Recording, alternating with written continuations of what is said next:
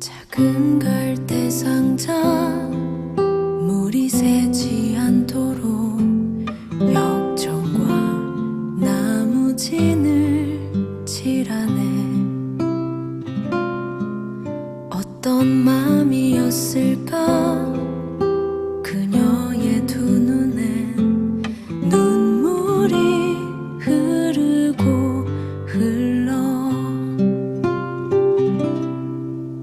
동그란 눈으로 엄마를 보고 있는 아이와 입을 맞추고 상자를 덮고 가까이에 띄우며 간절히 기도했겠지.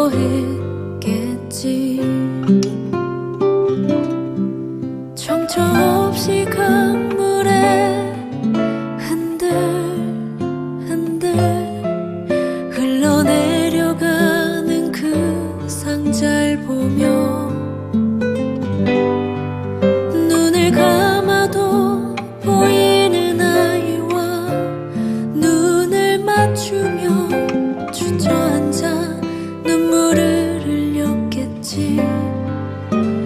너의 삶의 참 주인, 너의 참 부모이신 하나님 그 손에 너의 삶을 맡긴다. 너의 삶의 참 주인, 너를 이끄시는 주 하나님 그 손에 너의 삶을 드린다.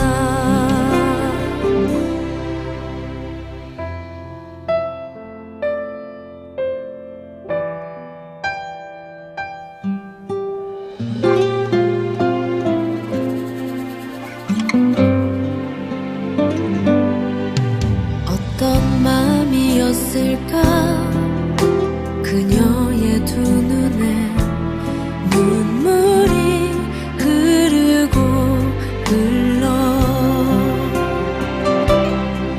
정처 없이 강물에 흔들흔들 흘러내려가는 그 상자를 보며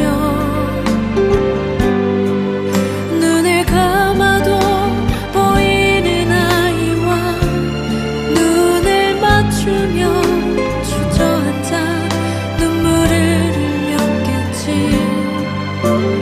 너의 삶의 참 주인, 너의 참 부모이신 하나님 그 손에 너의 삶을 맡긴다.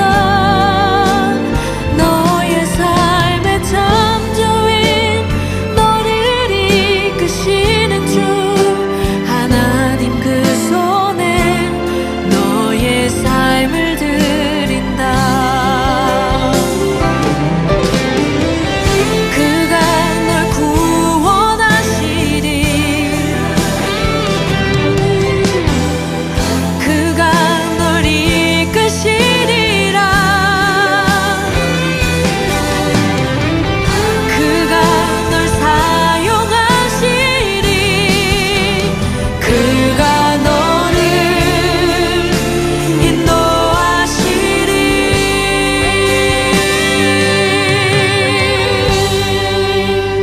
너의 삶의 참 주인,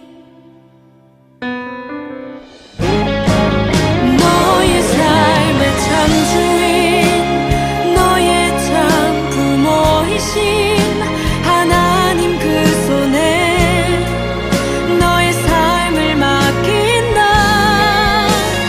너의 삶의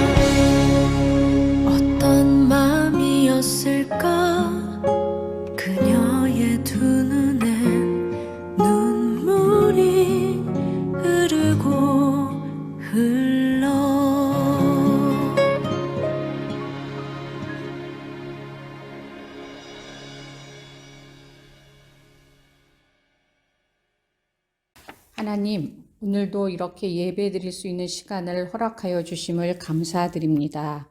비록 우리가 함께 모여 예배를 드릴 수 있는 상황은 아니나 이마저도 하나님의 은혜라 생각하니 감사할 따름입니다.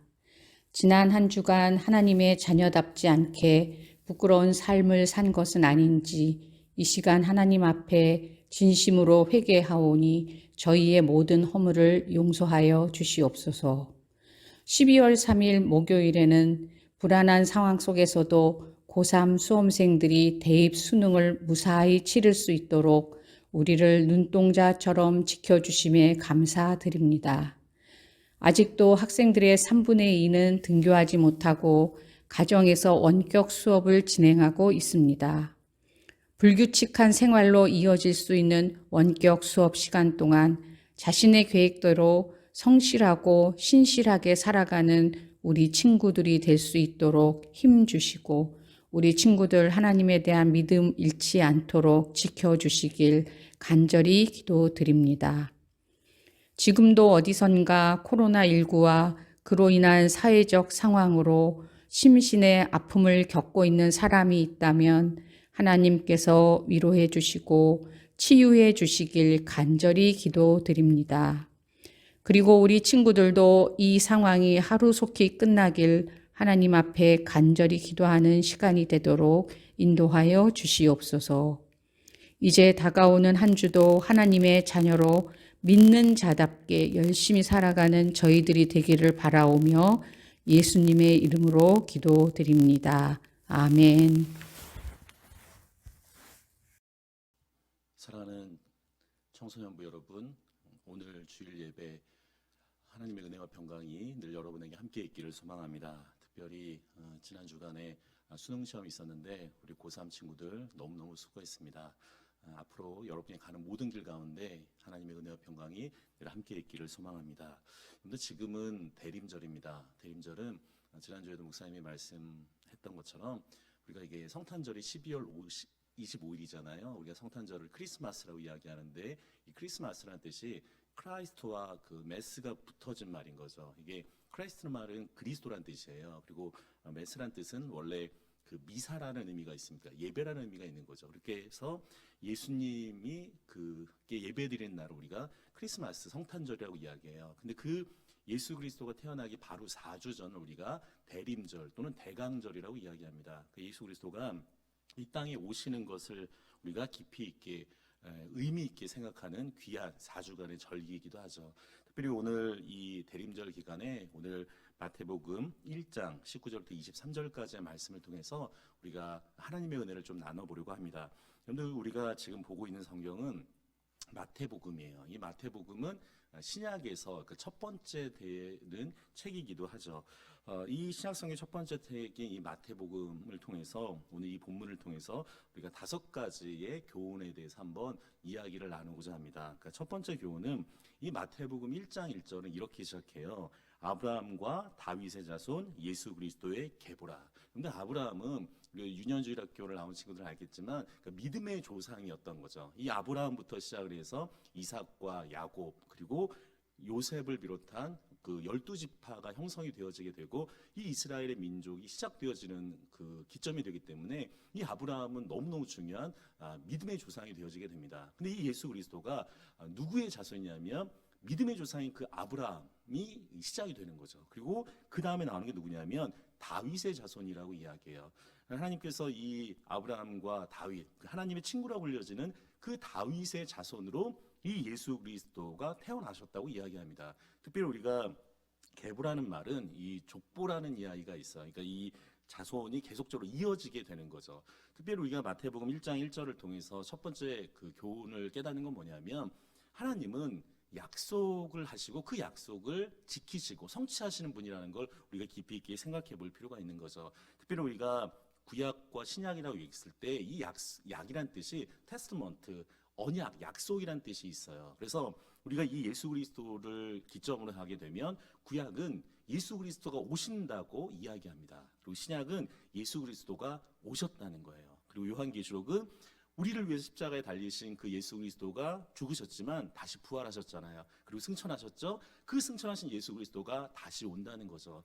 사랑하는 성지교회 우리 청소년부 친구 여러분, 그리고 선생님 여러분, 하나님은 우리에게 약속하실 뿐만 아니라 그 약속을 성취하신 분이라는 것을 우리가 특별히 이 대강절에 깊이 있게 생각해 볼 필요가 있습니다. 그리고 오늘 본문 마태복음 1장 19절 바로 전에 보게 되면 그 족보들이 계속 나오게 돼요. 아브라함부터 시작해서 뭐 아브라함이 이삭을 낳고 이삭은 야곱을 낳고 그런 말씀이 계속 나오게 되죠. 그래서 그 말씀이 이제 그 바로 전까지 나오게 되는데, 처음에 목사님도 어린 시절에 이제 첫 번째 성경이니까 이 마태복음 볼 때 이게 뭐야? 이게 그 배경 지식이 없을 때는 뭐 누구를 낳고 하니까 처음 읽을 때는 약간 재미가 없었던 것 같아요. 그러나 여기 안에는 깊은 그 의미가 있는 것을 보게 됩니다. 나중에 여러분들 성경을 보시게 되면 이 성경에 그 마태복음 1장 2절부터 이제 16절까지 그런 계보, 족보가 나오게 되는데 특이한 게 있어요. 그러니까 두 번째 교훈 중에 하나인데,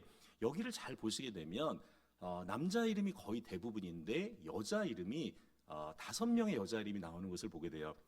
1장 3절에 보게 되면 유다는 다말에게서 베레스와 셀라를 낳고, 베레스는 헤손을 낳고, 헤손은 람을 낳고 라는 말이 있는데, 이 3절에 보게 되면 다말이라는 여인이 나오게 됩니다. 그리고 1장 5절에 보게 되면 라합이라는 여인이 나오고 루시라는 여인이 나와요. 그리고 1장 6절에 보게 되면 이새는 다윗 왕을 낳으니라, 다윗은 그다음 뭐라고 돼 있죠? 우리아의 아내에게서 솔로몬을 낳는다고 이야기해요. 그러니까 여기에는 그 우리아의 아내라고 이야기하는데 원래 이름 바세바라는 여인입니다. 그리고 1장 16절에 보게 되면 야곱은 마리아의 남편 요셉을 낳으니 마리아에게서 그리스도라 칭하는 예수가 나시니라. 그래서 이 마리아까지 이 족보 안에 5명의 여인의 이름이 나오는 것을 보게 돼요. 근데 이게 그 잘 보게 되면 이 5명의 여인의 공통점이 있는 것을 보게 됩니다. 이 다말은 우리 성경에 보시게 되면 유다는 다말의 소유라 나오는데, 이 유다는 다말의 시아버지가 돼요.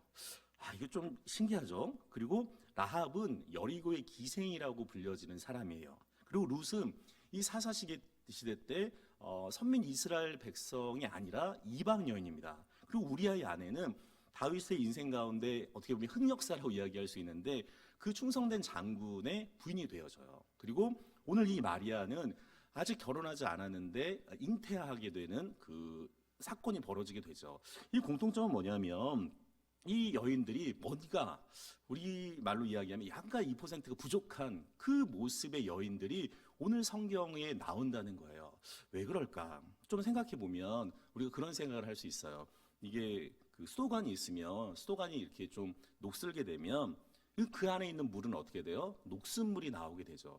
이게 예수님이 태어나셨을 때 우리가 보통 족보 그러면 굉장히 좋게 생각을 하고 뭔가 이렇게 단점들은 가리려고 하잖아요. 근데 오늘 성경은 가감 없이 이 여인들에 대한 이야기를 하게 되는데, 그 여인들이 사실은 뭔가 이렇게 결점처럼 보여지는 것들이 있는데도 불구하고 그 바로 앞에 예수 그리스도의 탄생 전에 이 여인들이 나와요.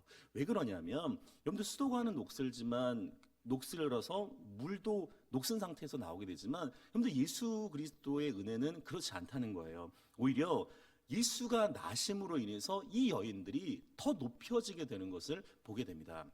사랑하는 청소년부 여러분, 우리가 어려운 고난과 실패가 있으면 그게 우리한테는 단점처럼 보이지만 여러분들 그게 오히려 나중에 인생을 살아갔을 때는 새로운 의미로 부여될 수가 있었다는 거예요. 근데 그게 굉장히 중요한 거죠. 특별히 오늘 마태복음 보시게 되면 낳고 그러니까 새로운 생명들이 계속적으로 이어지게 되는 것을 보게 됩니다.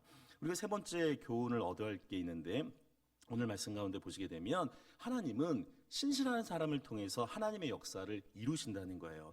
오늘 성경 말씀 1장 18절에 보게 되면 목사님이 제목을 그 앞에 부분으로 일부러 했는데, 예수 그리스도의 나심은 이러하다는 거예요. 자, 예수 그리스도가 어떻게 탄생을 하시게 됐는지 오늘 마태는 구체적으로 설명을 해줘요. 18절에 보게 되면 뭐라고 되어 있냐면 그의 어머니 마리아, 그러니까 이 예수 그리스도의 어머니, 육신의 어머니는 마리아라고 이야기하죠.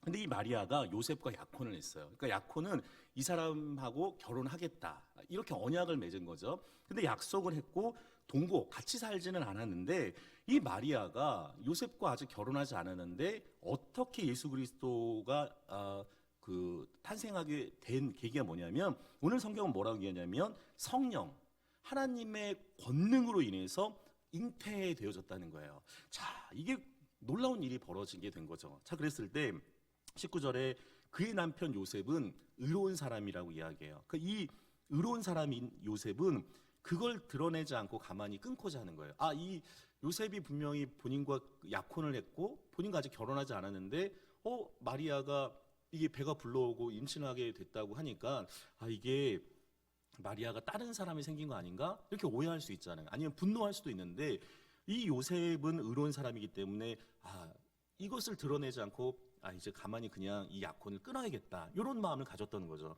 근데 오늘 성경 말씀 보시게 되면 20절에 이 일을 이제 요셉이 생각했을 때 오늘 성경 보게 되면 주의 사자, 하나님의 거룩한 천사 같은 이 주의 사자가 꿈속에 나타나요. 현몽하다는 말이 나오는데 오늘 성경에 뭐라고 얘기하냐면 다윗의 자손 요셉아. 근데 우리가 마태복음 1장 1절에 아브라함과 다윗의 자손 예수 그리스도의 계보라고 얘기했잖아요. 요셉 역시 다윗의 자손이겠죠. 그 다윗의 자손인 이 요셉한테 이 주의 사자가 뭐라고 이야기하냐면 내 안에 마리아 데려오는 것을 무서워하지 말아라. 너랑 약혼한 사이인데 이 마리아가 임신했다고 해서 네가 그것을 끊으려고 하는데 무서워하지 마. 오늘 성경에 뭐라고 되어 있냐면 그에게 잉태된 것은 다른 남자로 된 것이 아니라 하나님의 전적인 능력, 그 성령으로 된 것이라고 이야기해요. 여러분들 우리 같았으면 이런 얘기 들었을 때 이게 쉽게 그 다음에 행동하는 게 쉽지가 않죠. 그러나 나중에 성경 보시게 되면 이 요셉이 1장 24절에 요셉이 잠에서 깨어 일어나 주의 사자의 분부대로 행해서 그의 아내를 데려왔다는 거예요. 그 요셉이 다른 이야기를 하지 않아요. 그 하나님의 계시의 말씀, 그 현몽했던 주의 사자의 말씀을 있는 그대로 받아들이면서 순종하는 거죠. 그런데 우리가 세 번째 여기서 깨닫는 게 있습니다. 신실한 사람을 통해서 하나님은 그 역사를 이루어 가시는구나. 오늘 성경 보시게 되면 네 번째 우리가 깨달을 교훈이 있는데 우리 같이 한번 이 말씀 읽어봐요. 자, 성경 말씀 보시게 되면 1장 21절에 있는 말씀 같이 읽겠습니다. 아들을 낳으리니 이름을 예수라 하라. 이는 그가 자기 백성을 그들의 죄에서 구원할 자이심이라 하니라. 근데 여기에서 우리가 네 번째 교훈을 깨달을 수 있습니다. 그건 뭐냐면 이 예수 그리스도가 왜 이 땅에 오셨는지를 우리가 알아야 되는 거예요. 오늘 성경 보시게 되면 뭐라고 되어 있어요? 이 마리아가 잉태해서 나중에 아들을 낳았는데 그 아들의 이름이 뭐예요? 예수예요. 이 예수란 뜻의 이름은 뭡니까? 자기 백성을 그들의 죄에서 구원할 자라는 거예요. 예수님이 이 땅에 오신 이유는 다른 것이 아니라 우리를 구원해서 영원한 생명의 길로 인도해 주시기 위해서 이 땅에 오셨다는 거예요. 여러분들 그렇기 때문에 우리에게 얼마나 이것이 기쁨이 되는지 몰라요. 저희 그 딸이 있는데 딸은 이 성탄절을 굉장히 기다려요. 왜냐하면 12월 24일 날 누가 오냐면 이 산타크로스 할아버지가 와서 선물을 준다고 생각을 하기 때문에 그렇거든요. 그러니까 작년에도 12월 24일 날 아빠 정말 산타크로스 할아버지가 이렇게 선물을 줘? 뭐 그렇게 얘기해서 네가 착한 일을 많이 하면 정말 줄 거야. 그렇게 얘기했는데 선물이 왔을까요? 안 왔을까요? 선물이 왔죠. 근데 요번에는 저랑 그런 대화를 했는데 요번에도 24일 날 오냐고. 그래서 제가 농담으로 이게 산타크로스 할아버지가 코로나에 걸리면 못 올 수도 있어. 뭐 그렇게 농담도 이야기했는데 여러분들 특별히 이 성탄절의 의미는 산타크로스가 와서 큰 의미가 있는 게 아니라 영원하신 생명을 주시는 그 예수 그리스도 그분이 오기 때문에 우리에게는 더 큰 의미가 있는 거죠. 마지막 오늘 다섯 번째 교훈이 있습니다. 오늘 성경 말씀 마태복음 1장 23절에 있는 말씀을 같이 한 목소리 읽겠습니다. 보라 처녀가 잉태하여 아들을 낳을 것이요 그의 이름은 임마누엘이라 하라 하셨으니 이를 번역한즉 하나님이 우리와 함께 계시다 함이라. 여러분들 오늘 성경 말씀 보시게 되면 그 성경책을 여러분들 잘 보시게 되면 이 성경에 23절 앞에 기억이라고 이렇게 조그맣게 적혀 있어요. 그래서 밑에 보면 각주 풋노트가 있는데 뭐라고 돼 있냐면 4, 7, 땡땡 14라고 돼 있잖아. 이게 무슨 얘기냐면 이 사라는 말은 이사야의 약자예요. 그 이사야는 예수님 오시기 몇천 년 전에 있었던 선지자거든요. 근데 이 선지자가 이 예수 그리스도가 오심을 미리 예언을 해요. 그래서 뭐라고 얘기하냐면 보라 처녀가 잉태하여 아들을 낳을 것이요 그의 이름을 임마누엘이라 하라고 얘기한 거죠. 근데 우리가 오늘 성경 보면서 첫 번째 교훈이 뭐였어요? 하나님은 약속을 하시고 성취하신 분이라는 거잖아요. 오늘 말씀도 마찬가지죠. 그 이사야의 말씀을 통해서 우리가 미가서에도 그런 말씀이 나오지만 5장 2절에 그런 말씀이 나오지만 베들레헴 에브라다야 그러면서 이 예수 그리스도가 어디서 탄생하실 건지에 대한 약속을 알려주세요. 그리고 오늘 이 마태복음 입장에서 성취되었다는 것을 보여주는 거죠. 특별히 여기에서 중요한 교훈 중에 하나가 뭐냐면 임마누엘이에요. 그러니까 예수 그리스도가 우리를 구원해 주시지만 그 구원해 주시는 그 예수 그리스도가 임마누엘, 오늘 뜻이 뭐라고 돼 있어요? 번역하면 하나님이 우리와 함께 계시다함이에요. 그런데 우리가 밤에 어떤 길을 걷다 보면 혼자 걸으면 좀 무섭잖아요. 근데 누군가 옆에 나의 친구나 사람이 옆에 있게 되면 든든해지는 거죠. 여러분들 우리가 그렇게 함께 가는 것을 동행이라고 이야기해요. 우리가 살다 보면 때로는 외롭고 두렵고 고난과 좌절 같은 상황들이 다가올 수 있어요. 근데 그 옆에 누군가 나와 함께 있다고 한다면 든든한 마음이 드는 것처럼 여러분들 그 이상의 든든한 친구가 있는데 그게 누구냐면 예수 그리스도인 거죠. 오늘 이 예수 그리스도가 우리와 늘 함께 계시다고 해요. 사랑하는 친구 여러분, 우리에게 만약에 힘들고 어려움이 있을 때마다 그 하나님이 우리와 늘 함께 하심을 잊지 않는 우리 성지교회 청소년부 친구들이 되기를 간절히 소망합니다. 여러분들 오늘 이 마태복음 1장에 있는 말씀을 통해서 그 예수 그리스도의 나심에 대해서 우리가 다시 한번 생각해 볼 필요가 있어요. 특별히 이 대강절에 예수 그리스도는 어떤 분이냐? 약속과 성취를 이루시는 분이에요. 예수 그리스도는 어떤 분이냐? 우리에게 새로운 의미를 부여해 주시는 분이에요. 예수 그리스도는 어떤 분이냐? 신선한 사람에게 역사하시는 분이에요. 예수 그리스도는 어떤 분이냐? 우리의 죄에서 구원하실 분이에요. 예수 그리스도가 어떤 분이냐? 우리와 함께 계시고 동행하시는 그분이 되는 거죠. 특별히 이 대강절 기간에 우리의 친구 되시고 우리와 늘 함께 하신 그 예수 그리스도의 사랑과 은혜가 우리 성지교회 모든 청소년부 여러분과 우리 선생님들에게 늘 함께 있기를 간절히 축원드립니다. 우리 함께 기도하시겠습니다. 참 좋으신 하나님 아버지 감사합니다. 대강절 두 번째 주일을 맞이해서 우리가 이 시간 함께 마태복음 1장의 말씀을 함께 묵상할 수 있게 하시니 감사합니다. 죽을 수밖에 없는 죄인인 우리를 위해서 높고 높은 그 하늘에서 이 낮고 낮은 땅 가운데 큰 기쁨의 소식을 주신 그 예수 그리스도 그분을 묵상합니다. 하나님 아버지 그분은 우리 가운데 약속하시고 우리 가운데 그 약속을 성취하시는 분임을 우리가 보게 됩니다. 특별히 그 예수 그리스도를 통해서 우리 사랑하는 귀한 친구들이 새로운 의미를 갖게 하여 주시고 죄에서 우리를 구원하신 그 예수 그리스도에게 더욱더 깊이 있는 믿음의 사람으로 살아갈 수 있는 힘과 용기를 주시기를 기도드리옵나이다. 하나님 아버지 예수 그리스도가 우리와 늘 함께 하시는 임마누엘의 하나님이라고 말씀하셨습니다. 우리가 가는 길목길목마다 외롭고 힘들고 지칠 때마다 우리와 늘 동행하여 주셨기를 간절히 기도드리옵나이다. 사랑하는 친구들 이제 11월 마지막 달에 접어들었습니다. 하나님 아버지 코로나19로 인해서 녹록지 않은 상황이었는데 마지막까지 우리 친구들 학교에서나 가정에서나 모든 과정 속에서 하나님 아버지 신실한 믿음의 사람으로 살아갈 수 있도록 인도하여 주옵소서. 특별히 코로나19라는 이 어려운 상황 속에서 우리의 친구들 건강을 지켜주시고 특별히 학업의 문이 열려질 뿐만 아니라 지혜의 사람으로 살아가는데 부족함이 없도록 주께서 인도하여 주옵소서. 우리 사랑하는 고3 친구들 이제 수능을 마쳤습니다. 하나님 아직 이제 논술과 실기와 여러 가지 시험들이 있는데 끝까지 이들의 삶을 주님께서 인도해 주시기를 간절히 기도드리옵나이다. 사랑하는 귀한 선생님들, 사랑하는 친구들을 위해서 기도하고 있습니다. 하나님 우리가 대면 예배를 드리지 못하지만 우리가 우리 친구들 한 사람 한 사람의 이름을 불러가며 이들이 이 코로나19라는 어려운 상황 속에서도 믿음을 잃지 않고 신실한 하나님의 사람으로 살아갈 수 있도록 주께서 인도해 주시기를 간절히 원하오며 주 예수 그리스도 이름으로 기도드리옵나이다. 아멘.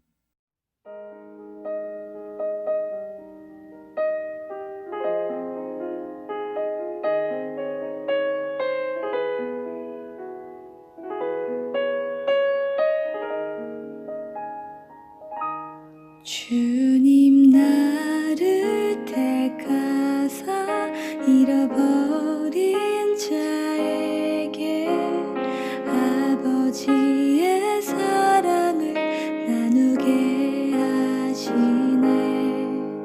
어두움을 밝히며 차가운 마음 녹이는 진리의 빛 전하게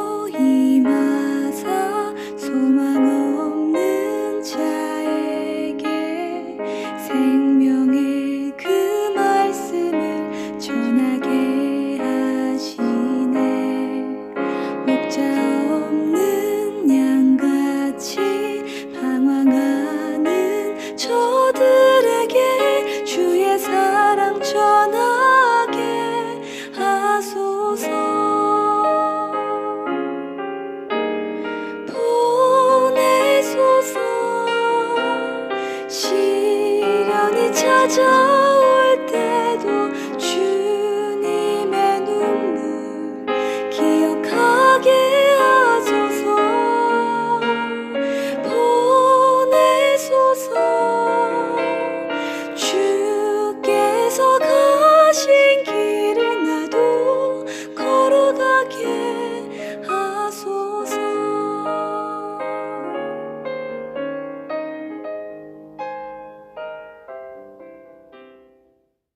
이제는 우리 주 예수 그리스도의 은혜와 하나님의 그 크신 사랑과 성령의 교통하심이 우리의 죄를 구원하시고 우리와 늘 함께 하시는 그 예수 그리스도를 믿으며 살아가길 소망하는 우리 사랑하는 귀한 성지교회 모든 하나님의 사람들과 우리 사랑하는 친구들, 이를 위해서 늘 헌신하시는 귀한 선생님들과 이 아름다운 성지교회, 이 나라 이 민족 위에 이제부터 영원토록 함께 있기를 간절히 축원드리옵나이다. 아멘.